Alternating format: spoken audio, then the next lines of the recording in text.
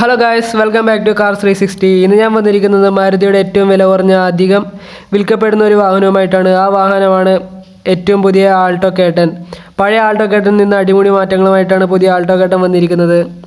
Alto കേട്ടൻ്റെ ex-showroom വില എന്ന് പറയുന്നത് 3.99 ലക്ഷം മുതൽ 5.96 ലക്ഷം രൂപ വരെയാണ്. എഞ്ചിനിലേക്ക് വരുമ്പോൾ 1000 cc 3 സിലിണ്ടർ എഞ്ചിനാണുള്ളത്. 56 bhp പവറും 82 Nm ടോർക്കുമാണ് ഇതിൻ്റെ കരുത്ത്. ഫ്രണ്ടിലേക്ക് വരുമ്പോൾ ഹാലോജൻ ഹെഡ്ലൈറ്റും ഒരു വലിയ ഗ്രില്ലുമാണുള്ളത്. ഫോഗ് ലാമ്പ് ആൾട്ടോയ്ക്ക് വരുന്നില്ല, അത് വലിയൊരു പ്രശ്നമായി തോന്നുന്നുണ്ട്.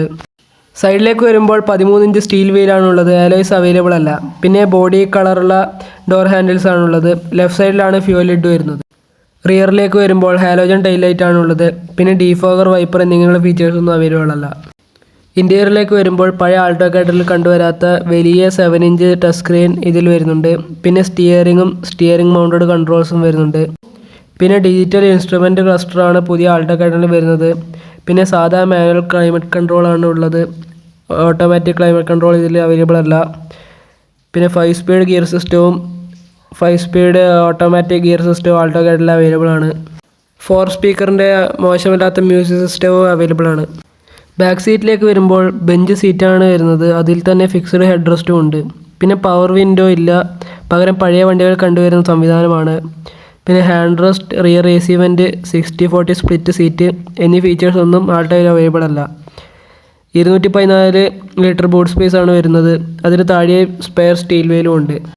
ഈ വണ്ടിയെപ്പറ്റി ഓവറോൾ പറയുകയാണെങ്കിൽ എൻ്റെ അഭിപ്രായം, ഇതിൻ്റെ ടോപ്പ് വേരിയൻ്റെ പ്രൈസിൽ സെലോറിയയുടെയും ടിയാഗോയുടെയും ഒക്കെ ഫസ്റ്റ് വേരിയൻറ്റ് കിട്ടും.